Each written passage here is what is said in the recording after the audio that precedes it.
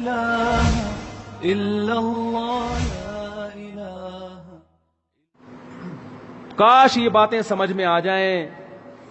آج کل ہر آدمی ماڈرن بننے کی کوشش میں اور ہر آدمی لبرل بننے کی کوشش میں مذہب سے دور ہو رہا ہے. علماء کو برا بلا کہہ رہے ہیں, ٹی وی میں بیٹھ کے بھی اور تبصرے بھی. ابے یہ مولوی ترقی نہیں کرنے دے رہے. بھائی ہم ترقی کے خلاف نہیں ہیں, ہم کہہ رہے ہیں انسان کے بچے پہلے بن جاؤ اور پھر ساتھ ساتھ ترقی بھی کرو. اس قوم کی طرف مت جاؤ, وہ تو اپنا کھاتے ہیں, وہ تو دوسرے پہ خرچ نہیں کرتے. ایک پٹھان بھائی کا فون آیا میرے پاس سویڈن سے. وہ مجھے کہنے لگے, اب میں نے تو پٹھانوں پہ آپ کو واقعہ سنایا نا, وہ اس کا الٹا کروا کے اس کا کھانا نکلوایا ہے ٹھیک ہے نا, پھر اپنا کھانا ٹھوسا ہے کہ ہمارے گھر سے بغیر کھائے کیسے چلا گیا. تو وہ بیچارہ اسی ماحول کا عادی تھا. اس نے مجھے سویڈن جا کے فون کیا, کہہ رہا ہے مفتی صاحب میں ادھر سویڈن میں آیا تھا عیاشی کرنے کے لیے. ہمارا کے پی کے میں وہ عیاشی نہیں تھی. ہم نے کہا جاب بھی مل گیا اور یہاں عیاشی بھی بہت ہے, ادھر ہم آ گیا عیاشی کرنے کے لیے. لیکن خدا کا قسم, وہ اپنا اردو ٹوٹی پھوٹی میں بات کر رہا تھا. کہہ رہا ادھر ہمارا دماغ خراب ہو گیا ہے کہہ رہا ادھر سے دعا کرو ہم یہاں سے بھاگ جائے. تو میں نے کہا بھاگ جاؤ واپس کے پی کے آ جاؤ. کہہ رہا یار ادھر تنخواہ کم ہے, ابھی گھر والے نہیں چھوڑیں گے ادھر. تو میں نے کہا پھر عیاشی کرو, یعنی معاذ اللہ جیسے تمہاری نیت تھی. کہہ رہے یار یہ اتنا خراب ہو گیا ہے نا یہ لوگ, ہم کو ادھر آ کے عیاشی سے نفرت ہو گئی ہے. کس سے نفرت ہو گئی ہے؟ عیاشی سے. میں نے کہا کیوں بھائی؟ کہہ رہے ادھر کوئی محبت ہی نہیں دیتا. ہر آدمی اپنے کام سے کام, ہر آدمی پیسے کا غلام ہے. پیسہ ہے تو السلام علیکم, پیسہ نہیں ہے تو نکلو یہاں سے. کوئی عزت نہیں, کوئی محبت نہیں. یہ جو ہسپتالوں میں وہاں بہت اچھا علاج ہوتا ہے نا, نرسیں بڑی کیئر کرتی ہیں. اس لیے کرتی ہیں کہ نرسوں کو اس کیئرنگ کے پیسے ملتے ہیں. سمجھ رہے ہیں ہماری بات؟ اس کو پیسے ملتے ہیں, اس لیے بہت اچھا سلوک ہوتا ہے. تو میں نے کہا کہ بھائی پھر جو ہے نا, کہہ رہے میں نے کہا کہہ رہے محبت ہی نہیں ہے. کہہ رہے ایک انگریز سے میری دوستی ہوئی, میں خوش ہوا, چلو یار ایک تو ملا, کوئی انڈی وال ملا. تو ہم نے کہا چلو اس کے ساتھ چلتے ہیں. تو میں نے کہا چلو پکنک پہ چلتے ہیں, کہیں گھومنے کے لیے نکلے. کہنے راستے میں کوئی برگر کا ہوٹل آیا, تو اس گورے نے کہا گاڑی روکو میں برگر لے کے آتا ہوں. میں نے کہا چلو لے آؤ. لے کر آیا تو ایک برگر لے کر آیا. کہہ رہے مجھے غصہ آیا, یہ کیا ہے؟ کہہ رہا ہے کھانا ہے تو لے آؤ جا کے, میں اپنے لیے لے کر آیا ہوں. ہم نے کہا تفریح میں بھی ایسا ہوتا ہے یار, اپنے لیے الگ برگر اور اس. کہہ رہے پھر ساتھ جانے کا کیا فائدہ ہے؟ تو میں نے کہا پھر تبلیغ والوں سے جڑو, وہاں پہ سویڈن میں تبلیغ والے ہیں نا, ان سے جڑو. کہہ رہے یہاں جو تبلیغ والے مقامی ہے نا, کہہ رہے ہم جب کے پی کے میں تھے ہم نے تبلیغ والوں کی قدر نہیں کی, اب بڑا افسوس ہوتا ہے. میں نے کہا کیوں؟ کہہ رہے وہاں جو تبلیغ والے تھے پاؤں دباتے تھے پکڑ کے, زبردستی چائے پلاتے تھے, ایسی خدمت کرتے تھے کہ ہمارے ساتھ مسجد میں آ جا. کہہ رہا ہے ادھر جو انگریز تبلیغ میں آیا ہے نا وہ بھی اسی جیسا ہی ہے. وہ کہتے ہیں سیروزہ لگانے لگاؤ ورنہ نہیں لگاؤ, مسجد میں بیان ہوگا آنے آ جاؤ ورنہ دفع ہو جاؤ یہاں سے. کوئی پاؤں نہیں پکڑتا, کوئی کیونکہ کلچر کا ایک اثر تو پڑا ہے نا بہرحال. کہہ رہے ادھر تو اتنی محبت تھی, وہ آ کے دروازہ بجاتے تھے, بلاتے تھے, ان کے ساتھ چلے جاؤ تو ایسا اکرام کرتے تھے. محبتیں ختم ہو گئی ہیں. کیوں؟ قرآن مجید میں اللہ تعالیٰ کا ارشاد ہے نسوا اللہ فانساہم انفسہم, فرمایا انہوں نے اللہ کو بھلا دیا ہے تو اللہ نے ان کو اپنا آپ بھلا دیا ہے. جب انسان اللہ کو بھلاتا ہے تو اللہ اسے اس کے فائدے کی چیزیں بھلا دیتا ہے. جب اللہ کو بھلاؤ گے تو اللہ آپ کے فائدے کی چیزیں آپ سے دور کر دے گا. تو کیسا نظام ہے میرے بھائی, کس طرف ہمارا معاشرہ جا رہا ہے, تو ہمیں اس کو روکنے کی کوشش کرنی ہے. سمجھ رہے ہو بات کو؟ تعلیم کے خلاف نہیں ہوں, تعلیم تو ضروری ہے مسلمان کے لیے, دنیاوی بھی دینی تعلیم بھی, لیکن ماحول ہمیں وہ میسر کرنا ہے جو اللہ اور اس کے رسول صلی اللہ علیہ وسلم نے بتایا ہے. تو گھروں میں اولاد کی تربیت کا کوئی نظام بنائیں. دیکھو اب بڑا مسئلہ یہ ہے کہ آج کل مردوں کو تو دین کی بات ادھر ادھر سے سننے کا موقع مل جاتا ہے, خواتین کو دین کی بات بالکل بھی سننے کو نہیں ملتی. تو اپنی خواتین کو کبھی کبھار تبلیغ میں لے کر نکلا کریں. نہیں آ رہی میرا خیال ہے بات. مستورات کی جو جماعت ہے نا, اس میں مشاہدہ ہے. 3 دن جب خواتین گزارتی ہیں نا اس میں، تو ایسا زبردست پردہ کرنا سیکھتی ہیں اور ایسے معمولات سیکھتی ہیں کہ وہ آپ 10 سال بھی ان کو تبلیغ کرتے رہو ان کی سمجھ میں وہ نہیں آئے. ہمارے ایک دوست تھے، انہوں نے اپنا واقعہ سنایا. کہہ رہے ہیں وہ آرمی میں، نیوی میں بہت بڑے افسر ہیں، لیفٹیننٹ کمانڈر، ریٹائر ہوئے ہیں ابھی. کہہ رہے ہیں تبلیغ والے میرے گھر آتے تھے، جماعت میں نکلو جماعت میں نکلو، میں سستی کرتا تھا.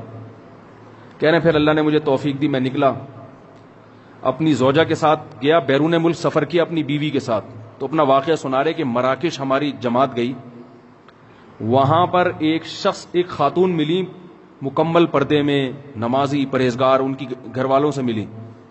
تو اس خاتون کے شوہر نے، کہتے ہیں، مجھے بتایا کہ میری بیوی اتنی ماڈرن تھی کہ میں نے اس کو کہا کہ حج کرنے چلو، اپنے خرچے پہ تمہیں حج پہ لے کے جا رہا ہوں.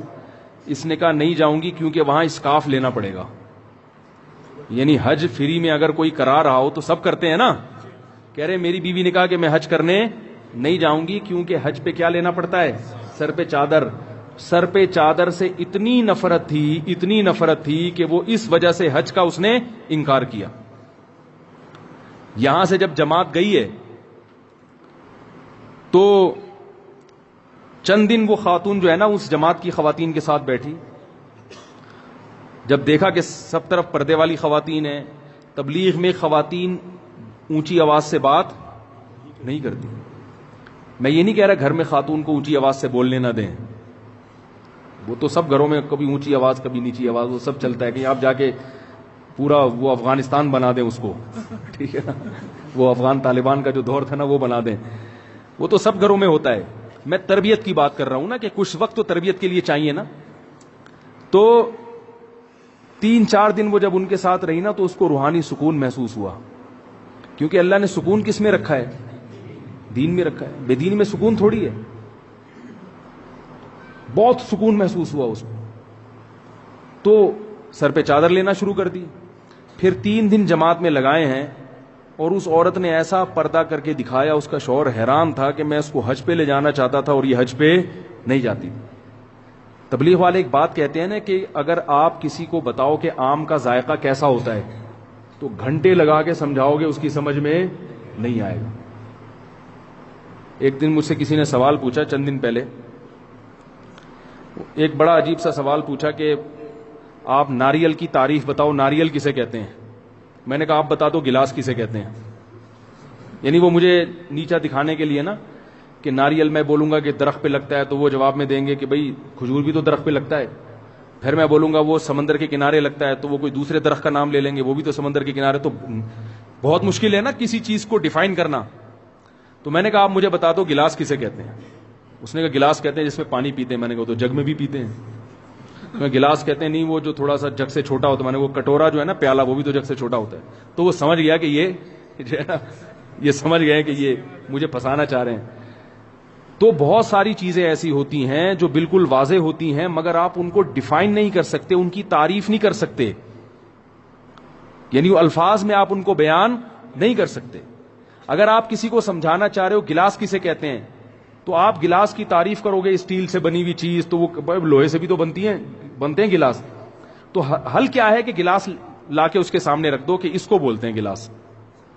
جیسے ایک وہ میں واقعہ سناتا ہوں، ایک شاعر گزرا ہے فرزدق یا جاہز معتزلی کچھ وہ تھا، دونوں میں نام میں مجھے ابھی یاد نہیں ہے. وہ بہت ہی بصورت تھا، بہت ہی بصورت.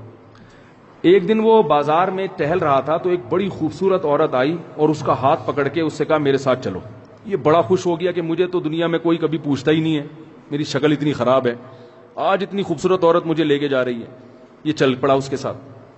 تو ایک تصویر کی دکان پہ گئی اور دکان والے سے بولا ایسا، یہ کہہ کے واپس آ گئی.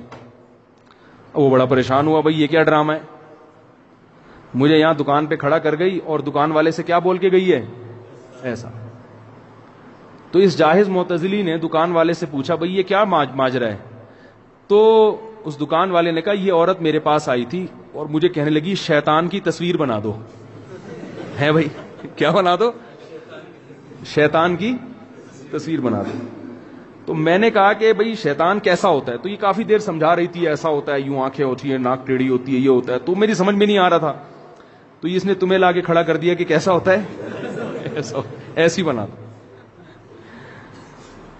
تو بہت ساری چیزوں کو لفظوں میں بیان نہیں کیا جا سکتا، وہ جب تک دیکھے نہیں انسان اس کی سمجھ میں نہیں آئیں. تو اپنے گھروں کی خواتین کو کبھی کبھار تبلیغ میں لے جایا کرو. اس کا فائدہ کیا ہوگا؟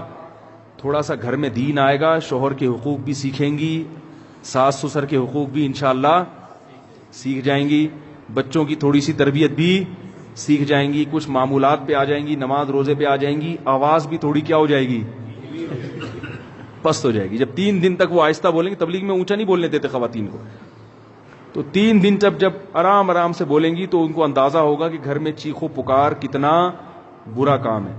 لا إله إلا الله